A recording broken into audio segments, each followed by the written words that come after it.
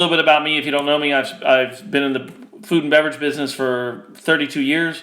27 of those years I spent working in luxury properties such as hotels, restaurants, resorts, and whatnot. Um, so anyways, let me get to it. Questions.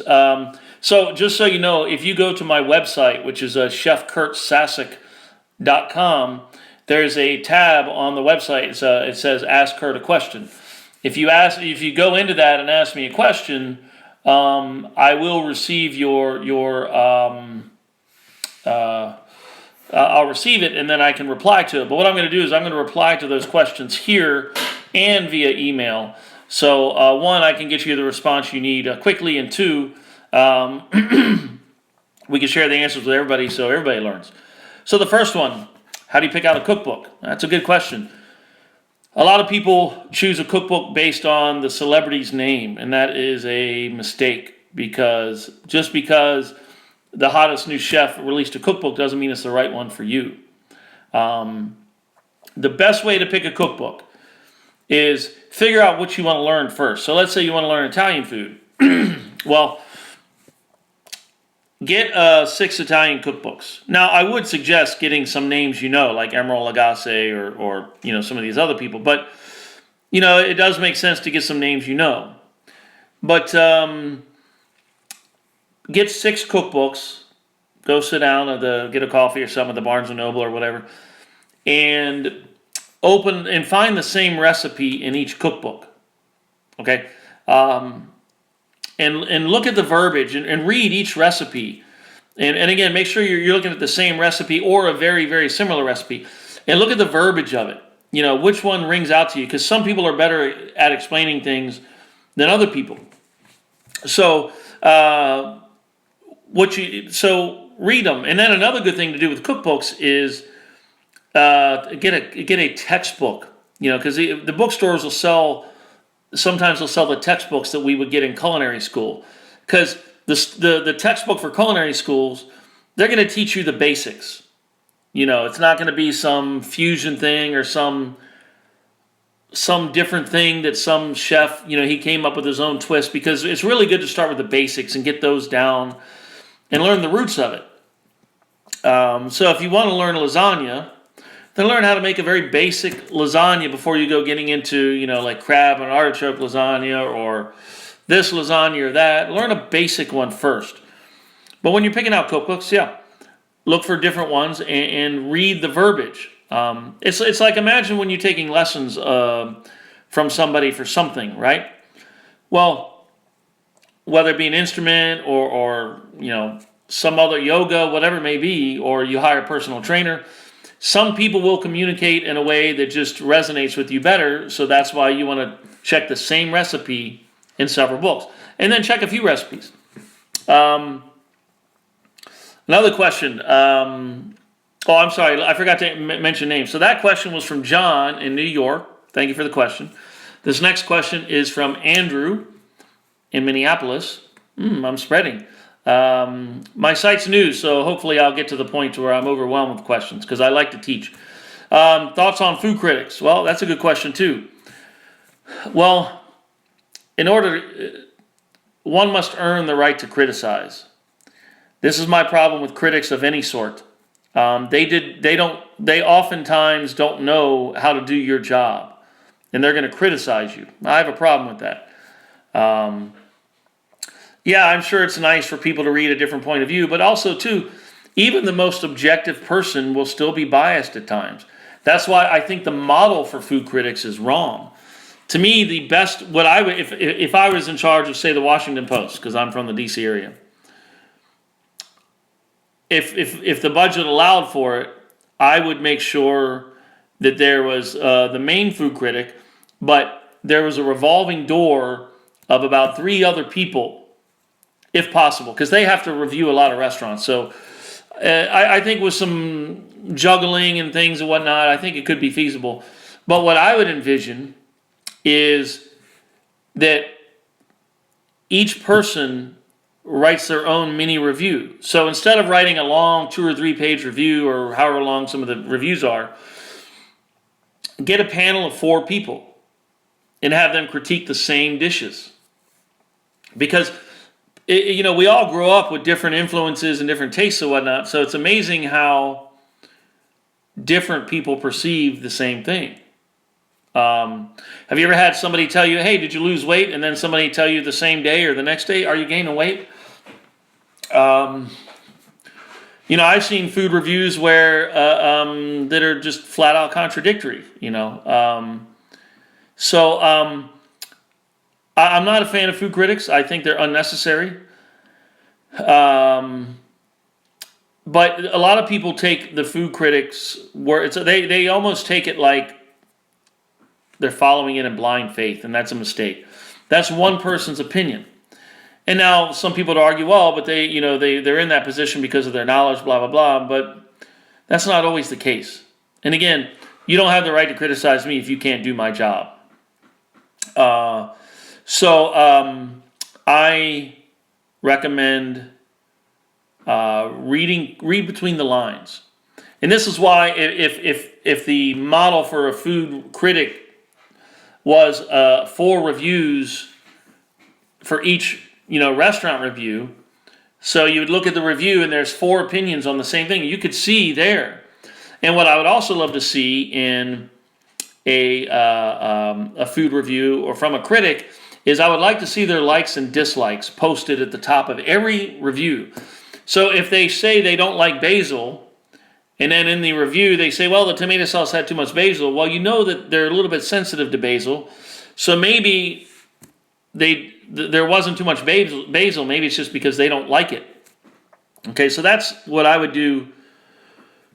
That's how I would envision a much better way of critiquing restaurants. And then also you have to consider the fact that sometimes it's not a level playing field. Take the guy who works his way up in the restaurant world, who saves every dime and maybe gets his family to help him invest or close friends to invest in a restaurant. That guy is not going to have a lot of money to spend. He's going to have to be very careful. But like when I was a chef in New York City, I remember reading an article. I think I even saw it because I went to that. Anyways, Daniel Boulud, famous chef in New York City, fantastic chef. He had one of, I think there was 5. It was a very limited number. It was a $50,000 crystal Christmas tree or something like that. Now, how many restaurants have the money to spend $50,000 on a fucking tree? So those guys who have the big investors, it's not a level playing field when you compare what they're doing with what some regular Joe is doing who has to scrape every penny to open a restaurant. It's just not a level playing field. I've worked for chefs who, and I'm kind of going off the thing here a bit, but I worked for chefs who had rich investors, and they would just throw stuff away. Like, it was amazing. Anyways, back to the point. I veered off there. So my thoughts on critics. Yeah, I'm not a fan of them. Read between the lines. Don't take anything to heart. Now, there are certain things that are black and white. If they say they ordered a medium rare steak and it came out well done, well, you can't really argue that. If they say the tomato sauce was too runny, or the tomato sauce was had too much basil, or the risotto had too much butter, those are things that are all subjective, because food is just like art. It's very subjective. Okay, so never ever take anything in blind faith when it comes to reading a food review.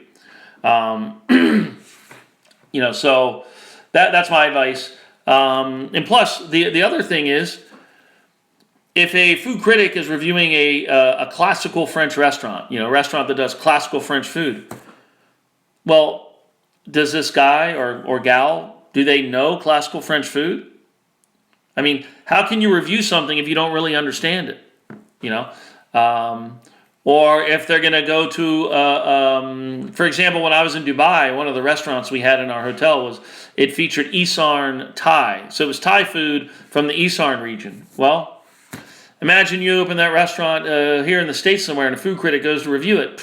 Chances are he's not going to know what Isarn Thai is. I certainly didn't until I went to work there and I learned about it. So, yeah, that's my issue with it. So next question from Sarah here in Texas. In Dallas. Sarah wants to know my favorite dining experience. For me, the best dining experiences. See, the challenge is sometimes you can go to a restaurant and maybe they just don't have things on the menu that you're really nuts about. But it's not that the food quality or the creativity is any worse. It's just maybe it's kind of like, imagine you're a classic rock fan, and you go to a bar and they play only classic rock, but maybe they just happen to play the classic rock songs you're not crazy about. It doesn't mean that the music's any worse. It just means it just so happens that that wasn't to your liking or wasn't your ideal preference. So for me, one of my favorite was, I went to France about 8 years ago, and we were in a rural area, and they have what they have is called ferme auberge, which means farmhouse in French. In these places, what they do is everything they serve you is grown or harvested on that property, except for like salt and coffee and sugar, So the asparagus was a little bit overcooked, but it was fantastic because it was also about the context. It's like, imagine having a barbecue in New York City. I mean, apparently Danny Meyer's restaurant, I think it's called Blue Smoke, apparently is very good from what I'm told.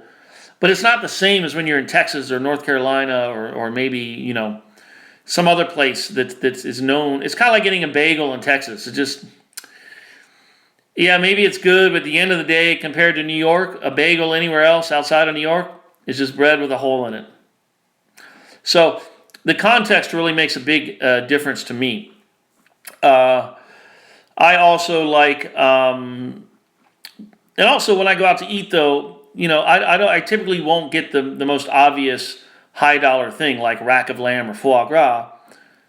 I like those things, but I always look at the garnish on the dish. What's the vegetable and the starch with it? Because when you have a rack of lamb or foie gras or filet mignon or any of these really nice food ingredients that are, very expensive and valued, well, of course it's going to be good. It's got foie gras, it's got rack of lamb, it's got filet. But I look for the entire preparation. Chicken's a good example. I mean, chicken's kind of blah. Everybody, makes fun of chicken, but, there have been occasions, and I rarely order chicken when I go out. I don't know many people that have been chefs that order chicken. But what's really nice is when somebody takes chicken and prepares it in a way that makes me not want even rack of lamb or something else. That's pretty cool. So that's my favorite dining experience. I also love tapas, Spanish, where you get the small plates, and that's my favorite way to dine, actually, tapas style. What else? And the last question today, how do you hold people accountable? That's from Jeffrey here in Texas as well. The biggest mistake a lot of managers make is they think that just telling somebody or yelling at them, they think that's holding them accountable. At the end of the day, as a manager, if you're not getting the results you want, it's your fault. Now, putting aside the fact that some employees are, they have a problem with authority and all that, that's different. But at the end of the day, if you're not getting the results you want, it's your fault, okay? Because, holding somebody accountable isn't just telling them, it's correcting the action as well. And a lot of people don't get that. I can't tell you how many times I've had managers working for me, and they say there's a problem here or whatever, and it's the same thing. And I say, hey, what's going on? They say, well, chef, I keep telling them. Yeah, but that's not holding them accountable. Okay, holding them accountable is correcting whatever substandard act or item or whatever it is. It's correcting it and getting what you want. But the thing is, the reason a lot of people don't really truly hold anybody accountable is because they're lazy. It's easier for a manager to look the other way or to not go to a great extent to correct something. Okay? you know, and I see it all the time. And if you ever work in a corporation, like I've worked in many 5-star hotels, and you know, you go to a new hotel and you got people who've been there for years who weren't really held accountable. So then you go in there to hold them accountable, and you have this uphill battle because you're looked at as the asshole because you're just doing your job, and you know, people are kicking up a fuss. It's like, well, hey, they weren't held accountable before. So, and follow up is the biggest thing. Follow up. So if somebody is not doing their job, you've got to follow up. You know, or even if they are, I mean, you have to check, follow up constantly. It's literally, I mean, a good manager, I would say, it's literally like babysitting. I'm not suggesting that all the employees I've had working for me are babies. I don't mean it that way. I mean in the sense of how much you have to follow up. It's a lot of work, you know, and it requires a lot of energy. And if you don't constantly follow up, you will not get the results, because at the end of the day, the staff will never move with the same intensity and sense of urgency that you do. So if you're moving at 75 miles an hour, the staff will probably be moving at 55 miles an hour. So you have to think of it that way. And they have to know. And actually, here's one of the best ways to hold people accountable. Create an environment where even the thought of doing something substandard is unacceptable. And the only way to do that is you create standards and you stick to them relentlessly. You do not, so if if you have a garnish that goes on a plate, it's supposed to go like this and not like this. Even if it's slightly off, you stay on them.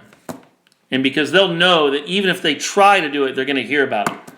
So that's the best way. Create an atmosphere where people feel almost, I don't want to say ostracized. That's really a harsh way to put it. But where they're going to feel it if they even think of doing something substandard. So, anyways, just go to my website, chefcurtsasic.com. There's a tab that says Ask Curt a Question. I can't, something like that. I can't remember my own site. I'll be doing this every week or more if I have time. And ask away. Whatever questions you have, ask. I'll be happy to answer, whether it be culinary, restaurant related, management related, so on and so forth. You guys have a good week. Thank you, and talk to you soon.